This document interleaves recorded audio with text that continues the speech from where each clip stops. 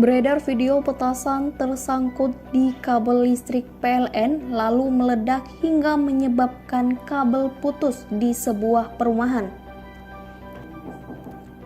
Dalam video yang beredar itu, terlihat dua orang berlarian menghindari petasan yang akan meledak sembari menutup telinga.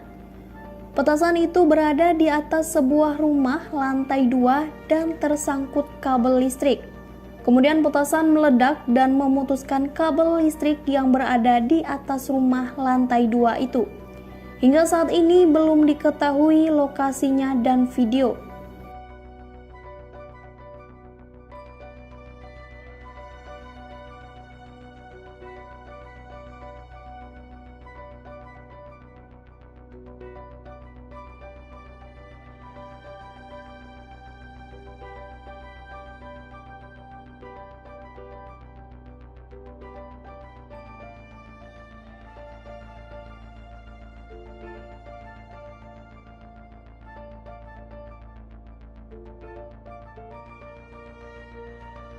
Terima kasih sudah nonton.